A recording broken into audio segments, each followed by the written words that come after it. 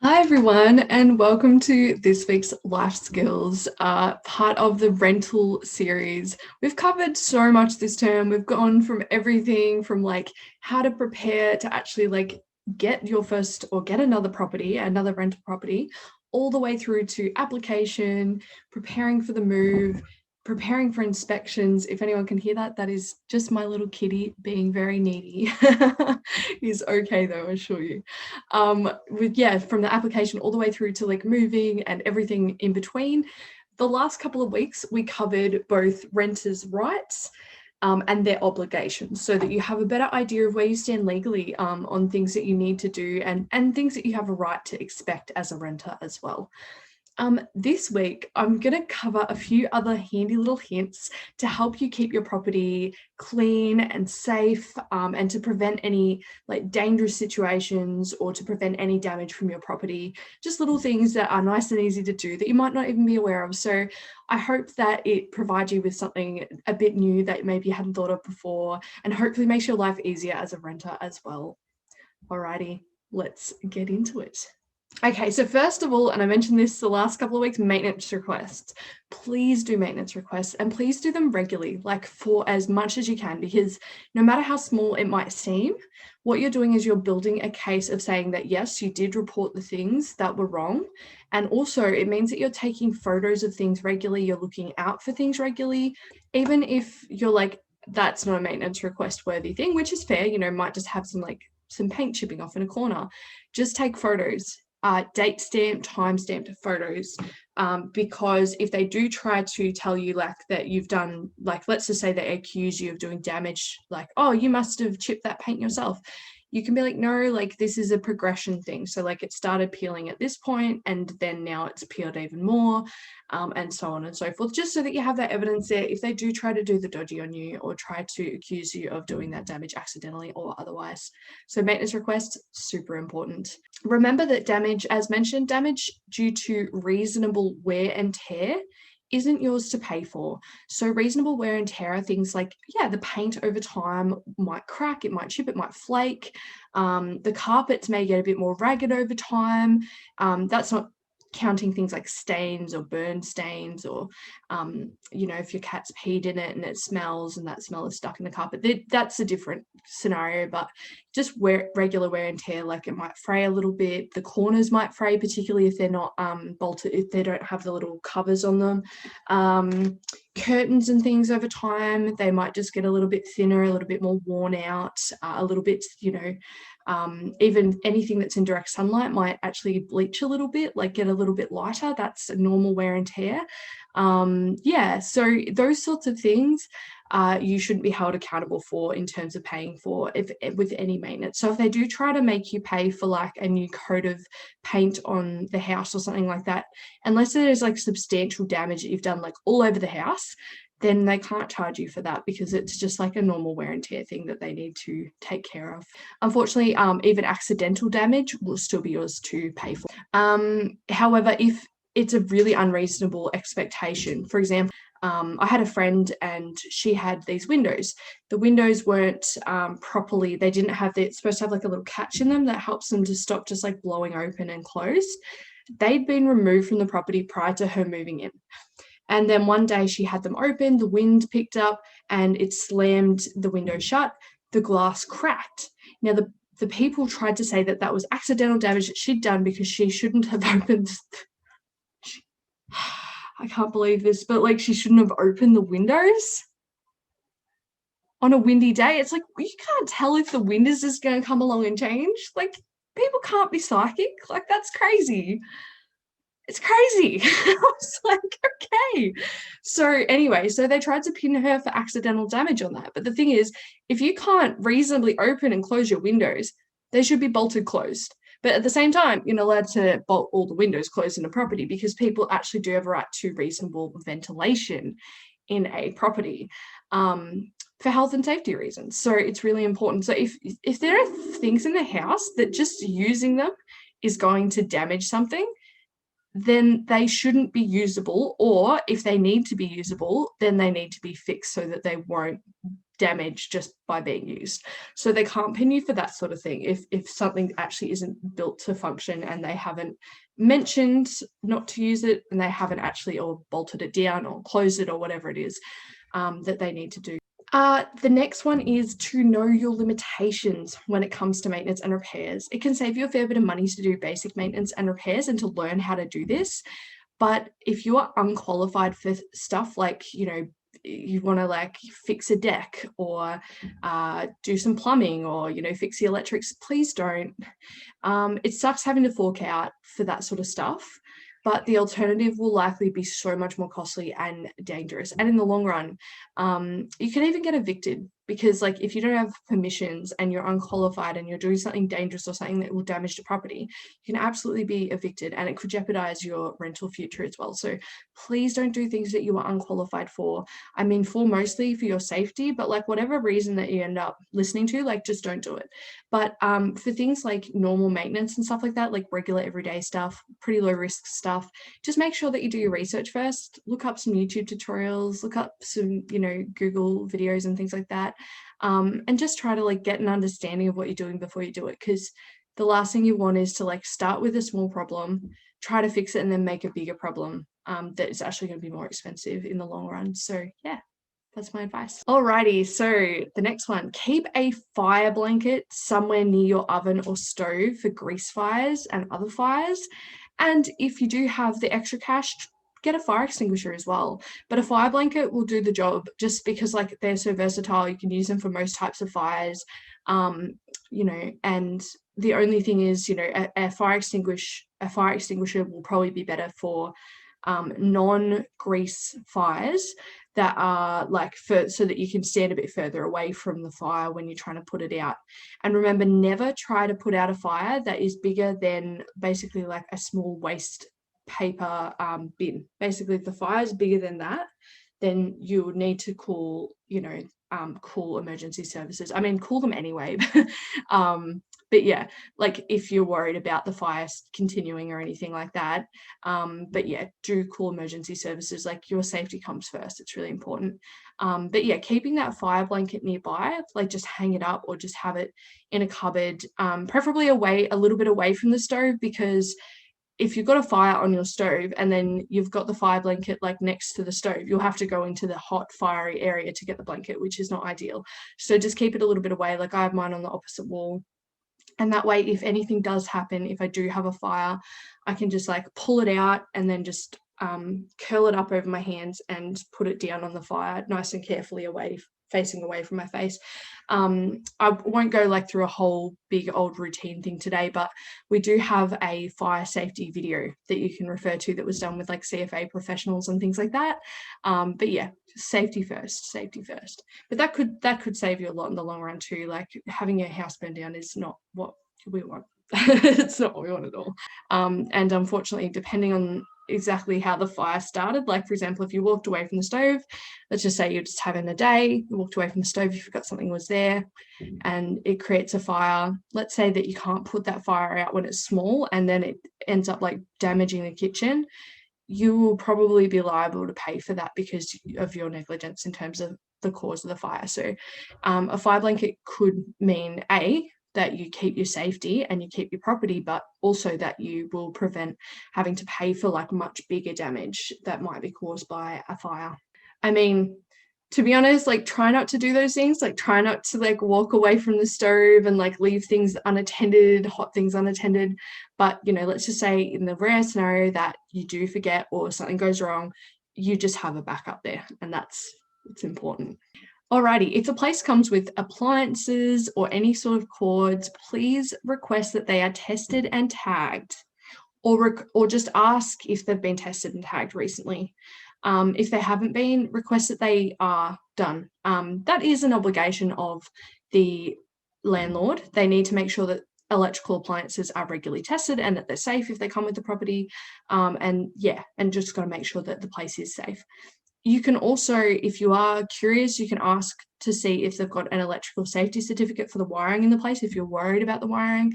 Particularly if you come in there and you have noticed things like, like when you turn light switches on, there might be like a flashing or a zapping sound, or you might just notice that things like there's some just wiring hanging out of the ceiling, or things might just be a bit dodgy. So if you are concerned, ask for an electrical safety certificate. They have to ensure that there is one for all of the electronics that are in your property.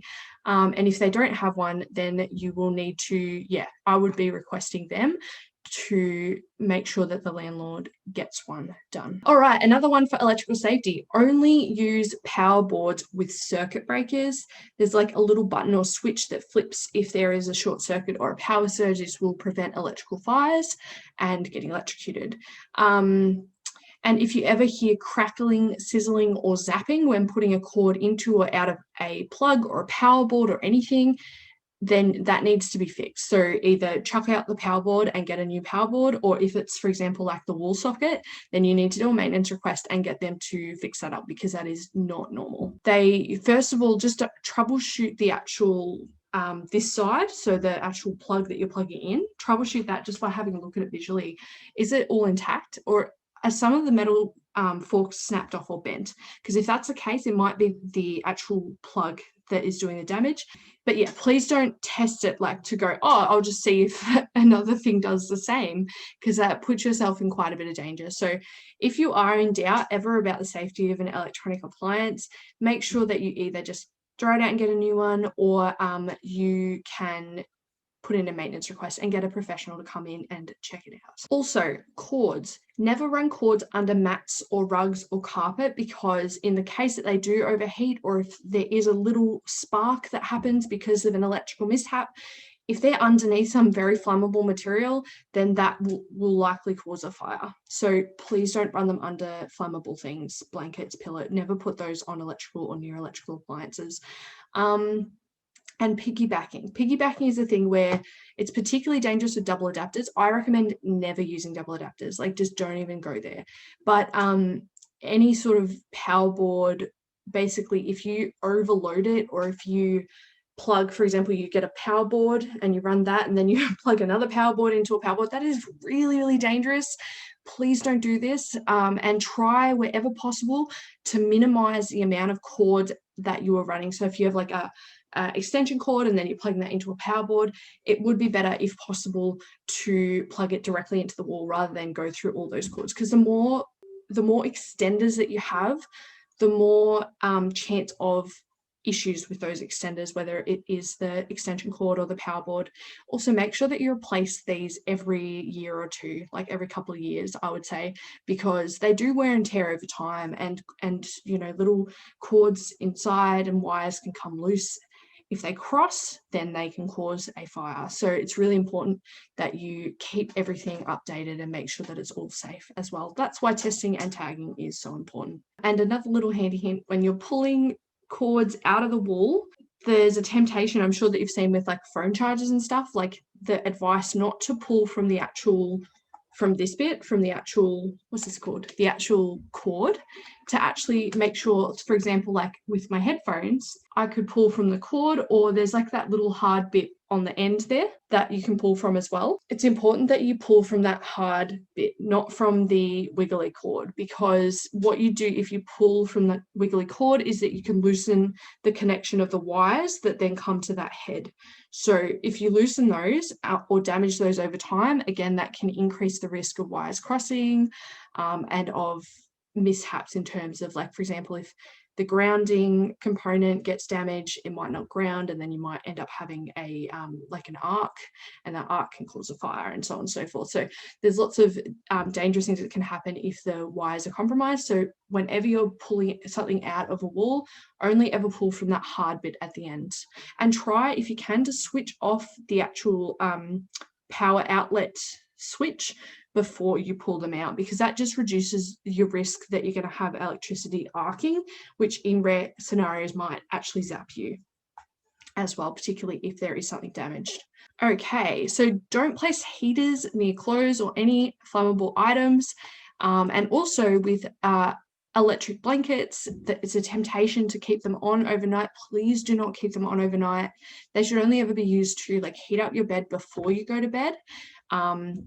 and only for a short time, and then you turn them off and then you go to sleep. So don't keep them on overnight. There have literally been cases of people, unfortunately, like being burnt in their beds because they have kept their electric blankets on.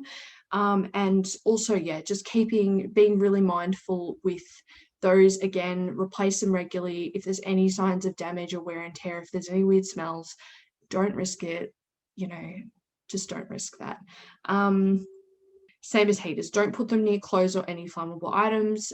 Make sure that they are well away from anything that could catch fire, and make sure that you don't keep them on for a long period of time. Like, the temptation might be to keep like your wall heater on overnight, but it can really do some damage. Like, we had one in a previous property that we didn't even realize, like, it was made to actually sit on the wall. It said it was fine for plasterboard, and yet we put it on for like maybe a couple of hours, and we noticed that there was like these black singe marks on the paint. So it was clearly just like not designed for what it was actually supposed to be designed for. So even if you think it's safe, like, just keep an eye on it and don't keep them on for long periods of time. Alrighty, another one for keeping your property damage-free and keeping yourself safe.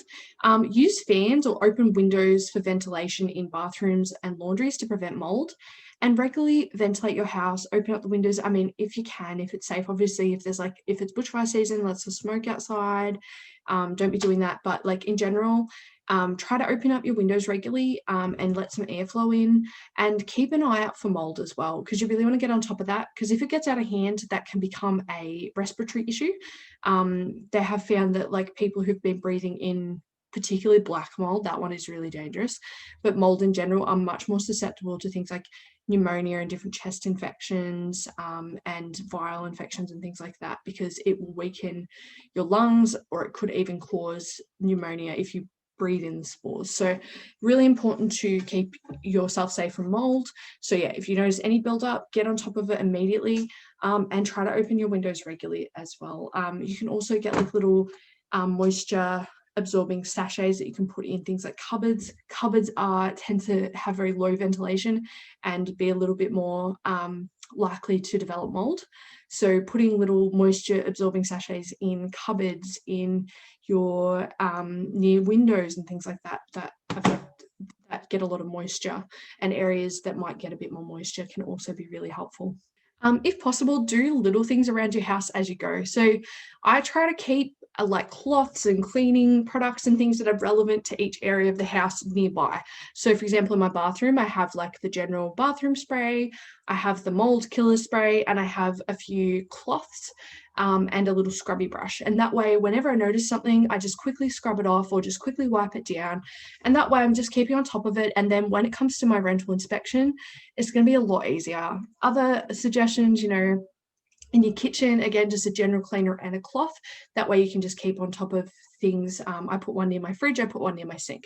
And that way, if I notice something, it's just right there. I can just do it on the spot, real quick and easy, and get it done. Magic erasers, I keep these in like a little tub on my bench. And that way, if I notice that there's like a little bit of a stain on the wall or something like that, I'll just get that and just give it a little, and it's sorted. So nice and easy little things you can do just every day. I always thought I had to like go around and do deep cleaning and stuff, but I found if I just like do things as I notice them, the need for that is like very, very low. Like, the place stays really, really clean, and it's a lot easier in the long run than having it all build up and then just being so stressed about it when it comes to your inspections. And on this note, know your cleaning products and what they work on and don't work on. This will make your life easier. It will also prevent you from accidentally mixing, like, never mix cleaning products unless you're an expert and you understand the chemicals, because the mixture of certain cleaning products can actually be really dangerous. It can like burn your lungs, it can cause permanent damage. Some combinations of cleaning products can even kill you. So really important that you don't mix cleaning products. Even in the same area, try to get rid of all of the last cleaning product that you put on before you put new cleaning products on, and know what they do and don't work on, because that will, it will save you time, because if you understand what will get that stain out or what will work on, the grease that's built up on the tiles, if you understand what's going to actually help with that, it's going to save you so much time, and stress, and also money, on different cleaning products. But also it will prevent you from accidentally damaging surfaces that aren't that the cleaning products aren't right for. Like, for example, you might think, oh, you know, I'll put some bleach on. Oh, please don't do this. I'll put some bleach on, you know, directly. I'll just spray a bunch of bleach onto paint directly without checking that it's like a paint safe bleach. It can cause discoloration of the paint. It can even wipe away like the paint layer. So that could be a lot more expensive in the long run for you as a renter as well. So make sure you know your cleaning products and never mix them. And also ensure that locks are easy to open in case of a fire. So the temptation to put like additional like slide bolts and locks on things for safety is real, but please don't. Or if you do, make sure that they're locks that are really easy to open from the inside. You know, window or door locks, if you have a deadlock, keep the key in the deadlock so that you can get out easily. And think about the fact that like in a fire situation, those locks are going to be, and the handles are probably going to be really, really hot. So you also need to be aware of that factor. Like if you are burning yourself, like really singeing yourself to try to open like the lock or whatever with the key, that could be quite dangerous. So yeah, just be mindful of that as well. And think about an escape plan if you are in a fire situation. Also make sure, and this is absolutely necessary, there has to be, legally, the landlord has to make sure there is a smoke alarm near every bedroom in a property and near the kitchen as well, and those sorts of areas. So if you don't have one, like particularly if your kitchen and your bedroom are very far away from each other, there should be a separate smoke alarm at both of those locations. If they're like right next door to each other, then the one like obviously at like my place, then you can put one outside the bedroom. That will also cover the kitchen or be within the range of the kitchen. And make sure that you test these regularly as well. We have a whole video on how to do this, but basically there's like a little test button. Press it and hold it until it starts beeping, and if it doesn't beep, then there's probably something wrong with your smoke alarm. If you find that it's just beeping randomly, it probably means the batteries need replacing. But go ahead and check out that smoke alarm maintenance video for a full rundown of how to make sure that your smoke alarm is working. And the last one, if you're found to have done more serious damage to a property or in the past, or for example, if you have had issues with like paying and maybe you've just sort of haven't paid outstanding rent or, you know, outstanding damages or whatever. For example, like if they need to take your bond, but then they also need you to, like, let's just say that you're found damage of like $1,200, you only put $800 in your bond and they actually wanted that $400 difference, but you never paid it.